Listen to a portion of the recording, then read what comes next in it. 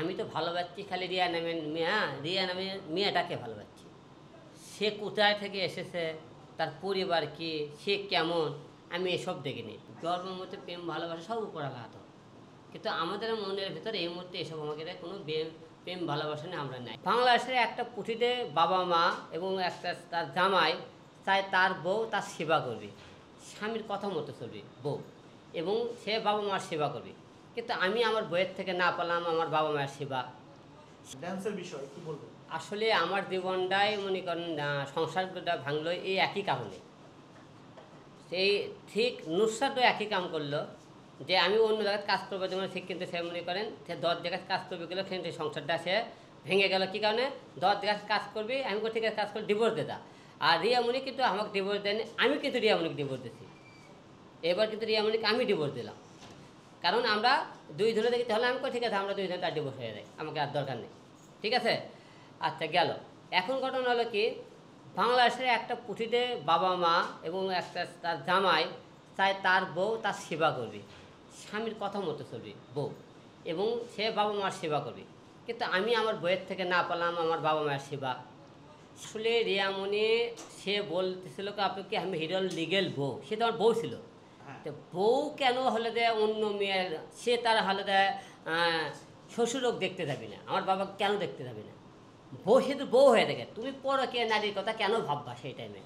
আর তুমি যদি ওই জায়গায় থাকতে, আমার পাশে যদি একটা নারী থাকে, কেন সে থাকবে? তুমি যখন বাবার সেবা করবে, ওই নারী তো ওই জায়গায় থাকতো না, থাকতো না। তুমি সেবাও করবা না, তুমি করতে পরকে নারী। আচ্ছা আমি তো এর সাথে মনে করেন আজকে 2 দিন দেখে, সেদিনকে একদিন টিকটক ভিডিও মধ্যে আজকে দেখা, সে বলছে আমার সাথে নাকি মনে করেন আমরা সারা রাত 2 দিনে থাকছি, গাড়ির মধ্যে সারা রাত ভিডিও মারছে, সারা রাত কিছু করছে, তো ভিডিও বানাইলে আমরা সারা রাত অনেক কিছু করছে। কিন্তু তুমি সারা রাত যে ওর সাথে ঘুরে বেড়া, সেই প্রমাণগুলো আমাদের কাছে আছে।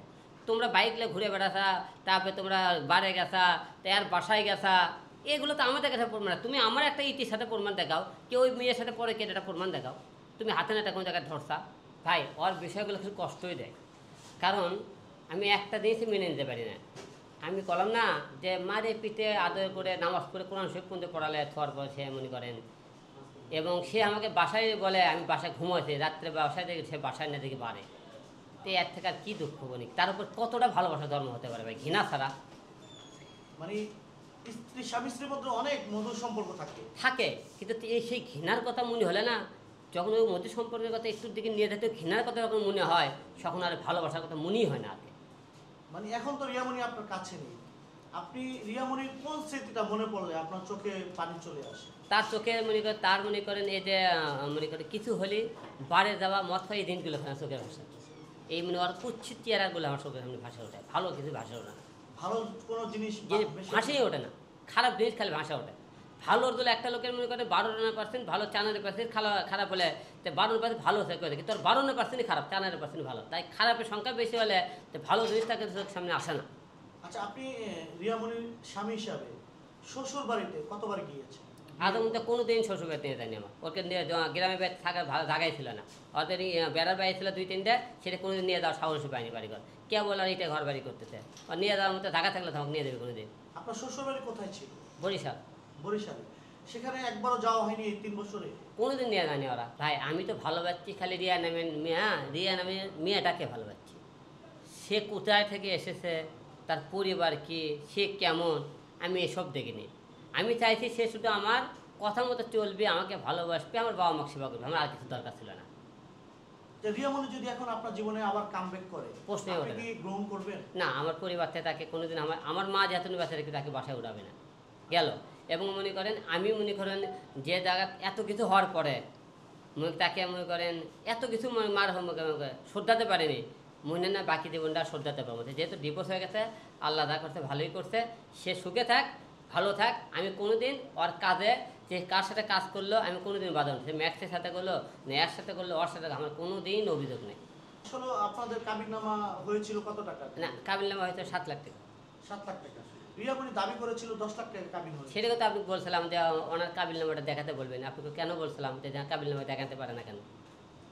আচ্ছা, তাহলে আসল কথা হচ্ছে 7 লাখ টাকা কাবিন। হ্যাঁ হ্যাঁ, আপনারা সবাই জানেন উপরওয়ালার উপর কারো হাত নেই। আমার সংসার ভাঙবে এটা কোনোদিন ভাবতেও পারিনি, আমি সংসারটা ভাঙবি, এর একটা মতো সংসার ভাঙবে সে আমরা এসেও ভাবিনি, এতটাও আল্লাহ পাক আমাদের ভাগ্যের এখান থেকে ওঠার পরে কী হবে সেটাও লিখে রাখছে। তো কী হবে আমরা জানি না, তবে আমাদের ভিতরে এই মুহূর্তে এ সমস্ত কোনো পরিকল্পনা নাই। জন্মের মধ্যে প্রেম ভালোবাসা সব উপর আঘাত, কিন্তু আমাদের মনের ভিতরে এই মুহূর্তে এসব আমাদের কোনো প্রেম ভালোবাসা নিয়ে আমরা নাই। আমরা সামনে কাজ করতে চাই, যেহেতু আমি যে এমনি চলে গেলে আমার তো 2-4 টাইম করে কাউকে নিয়ে কাজ করতেই হবে।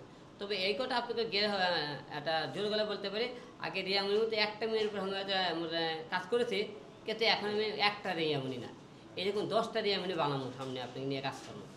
ইতি থাকবে এরকম আরও 4-5টা মেয়ের সামনে কাজ করবো। কিন্তু এই মুহূর্তে কিন্তু হিরো আপনি কোনোদিন আর শুনবেন না, আমি আশা রাখতেছি যে মিডিয়ার মধ্যে হিরো আলম কাউকে বিয়ে করছে, এই নিউজটা আর পাবেন না।